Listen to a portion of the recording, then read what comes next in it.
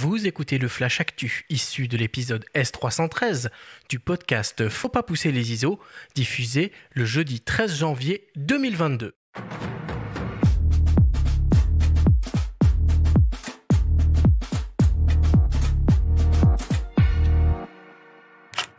Cette semaine, dans le Flash Actu, Laowa ajoute un nouvel objectif à sa nouvelle gamme Argus.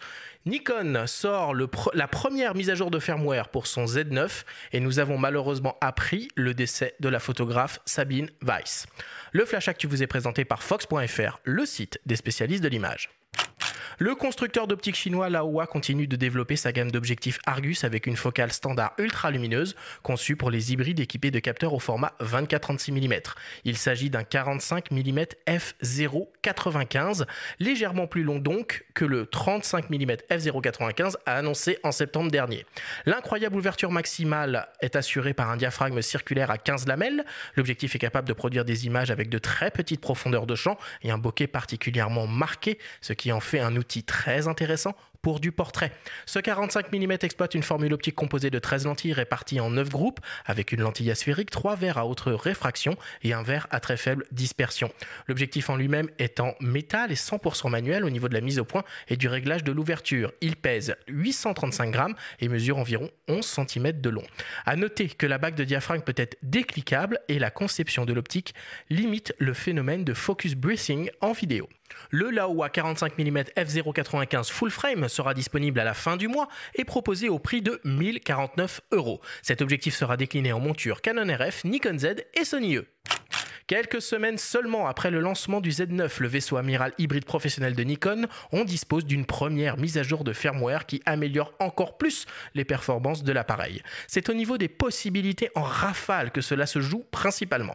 Grâce à la mise à jour, le Z9 sera en mesure d'aligner 20 images par seconde avec un enregistrement simultané RAW plus JPEG sur une durée de 8 secondes contre 3 auparavant, et donc de produire une série continue de 160 images consécutives. Voilà qui devrait satisfaire encore plus les photographes d'action. Le firmware 1.10 du Nikon Z9 est accessible gratuitement et disponible depuis le site de Nikon. Et enfin, l'année 2021 s'est terminée avec la disparition de la photographe Sabine Weiss qui est décédée le 28 décembre à l'âge de 97 ans. Sabine Weiss était la dernière représentante du courant de la photographie humaniste français dont par exemple Robert Doisneau-Brassailles ou Willy Ronis faisaient partie. Sabine Weiss se définissait comme une artisan photographe. Elle appartenait à la prestigieuse agence Raffo.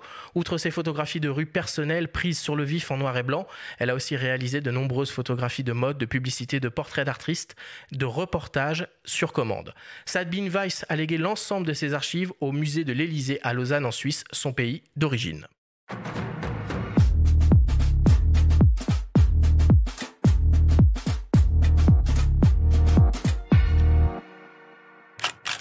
Voilà pour l'actu de ce début d'année. Bon, évidemment, on est très triste d'apprendre le décès de Sabine Weiss. Ouais, moi je vous invite à réécouter une émission, puisqu'on est dans le podcast, moi j'en écoute aussi beaucoup, il y a une émission formidable qu'elle avait enregistrée à France Inter, l'émission qui s'appelle Boomerang, tu y étais il n'y a pas longtemps aussi Vincent d'ailleurs, c'est une émission qui avait été diffusée en novembre 2020, dans laquelle on pouvait entendre Sabine Weiss pendant une bonne demi-heure s'exprimer encore comme une jeune photographe, c'était assez fantastique la manière dont elle pouvait parler de son amour et de l'artisanat de la photographie, son amour pour la photo de rue, pour les enfants. Je vous invite à vraiment la réécouter. Et oui, on perd là une figure majeure de la photographie française. Ça, c'est une certitude. Oui. Alors avant tout, ouais, c'est vrai que pour Sabine Weiss, on s'est rencontrés, je voulais juste dire 2 petits mots. On s'était rencontrés sur des festivals photo, mais elle était déjà âgée, mais quelle vie. Je ne sais pas s'il faut qu'on soit triste, c'est vrai que elle a une vie assez incroyable. Après, c'est le cycle de la vie, évidemment. Elle était âgée, mais on a vraiment, c'est chouette d'en reparler parce qu'il faut vraiment se replonger dans ces photos d'humanistes. Là, ça fait tellement de bien aussi. Et ces bouquins, elle en a sorti plein, il y a des bouquins formidables qui sont disponibles, il faut y aller, ouais. Ouais, les émissions avec Brigitte Passion, il y en avait une qui était super. Non, vraiment, une grande dame, un grand hommage, voilà, vraiment. Bon, on voit aussi que Nikon améliore les performances de son Z9. Vincent, je sais que tu es ambassadeur Nikon, tu as dû tester l'appareil depuis un moment maintenant. Encore mieux, du coup, en rafale, ça te parle? Le Nikon, oui, bah moi j'ai une longue histoire avec cette marque et j'y reste fidèle. Et j'ai eu l'occasion de faire pas mal de tests de précédents boîtiers. Et puis là, cet été, oui, cet été, j'ai eu la chance d'avoir ces prototypes pendant quelques semaines dans les mains. Et oui, bah, je suis vraiment impatient. Je suis vraiment impatient d'avoir la version définitive. Elle devrait, je l'attends là ces prochains jours.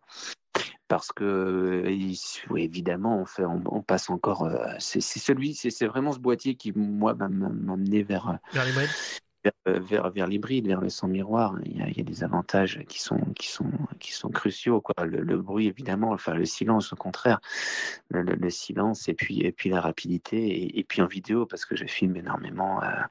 Et avec les précédents boîtiers, les D5, D6, c'était quand même toujours un petit peu fastidieux de filmer, hein, même si j'ai énormément fait de films avec, enfin, de séquences avec ces boîtiers-là, mais là, on va enfin, on va pouvoir faire des choses encore plus performantes. Ah ben là, comme on est dans la parenthèse technique, puisqu'après on va plus reparler technique, moi je sais que c'est pas trop ton dada, mais ça veut dire que la Panthère des Neiges, tu l'as filmée avec des réflexes, principalement? Ah oui, complètement, complètement. Bah, toutes les images animalières du film, par exemple, donc toutes, et beaucoup de paysages, ou la plupart aussi, ont été filmés avec les Nikon, que ce soit des 500, des 5, et des 5 beaucoup, ouais.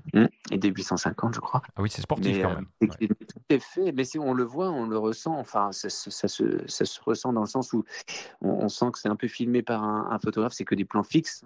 On ressent les J'ai pas longues si focales, on évidemment. ressent pas forcément le fait que ce soit, tu vois, fait avec un réflexe ou autre. Mais par contre, on sent on Oui, sent non, oui, l'hétéroclite. c'est sûr. C'est vrai, on sent les longues focales et puis on sent quand même la patte un peu d'un photographe parce que je sais pas bien filmer finalement. Oh, bah C'est non, bien filmé sûr. par un photographe dans le sens. Non, mais j'entends par là que je n'ai pas le matériel suffisant. J'ai pas des grosses têtes vidéo qui permettent de Ah, faire des pour le travelling, mouvement. des Ouais, suivis, ouais. des mouvements. Vous regarderez, en fait, quasiment tout est fixe. Et je suis rarement les animaux, un peu les antilopes au début quand elle court, mais c'est très rare. Donc c'est beaucoup de plans relativement photographiques, mais sauf que ça s'anime dans l'image, quoi. Il y a des entrées de Hmm. champ, des sorties. Et tout ça, c'est parce que c'est filmé en regardant le petit écran derrière. Donc, vous voyez, j'ai même pas un Shogun pour avoir un écran un peu plus grand et être un peu plus. Donc, tout se fait un peu à la va-vite. Donc, il y a beaucoup de choses qui sont loupées, évidemment.